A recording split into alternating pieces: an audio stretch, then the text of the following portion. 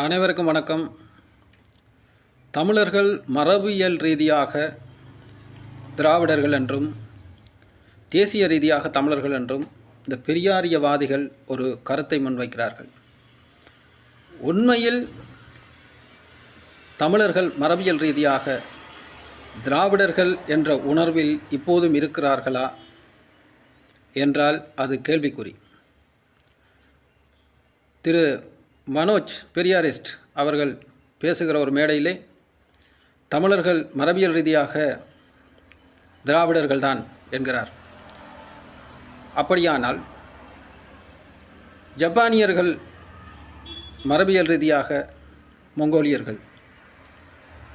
ஒரு ஜப்பானியரிடம் நீங்கள் மங்கோலியரா ஜப்பானியரா என்று கேட்டால் அந்த ஜப்பானியர் எதனை முன்னிறுத்துவார்?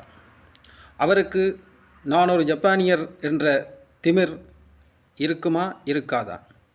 அந்த திமிர்தானே தமிழர்களாகிய எங்களிடமும் நாங்கள் தமிழர்கள் என்ற திமிர் இப்பொழுதும் உறுதியாக இருக்கிறது.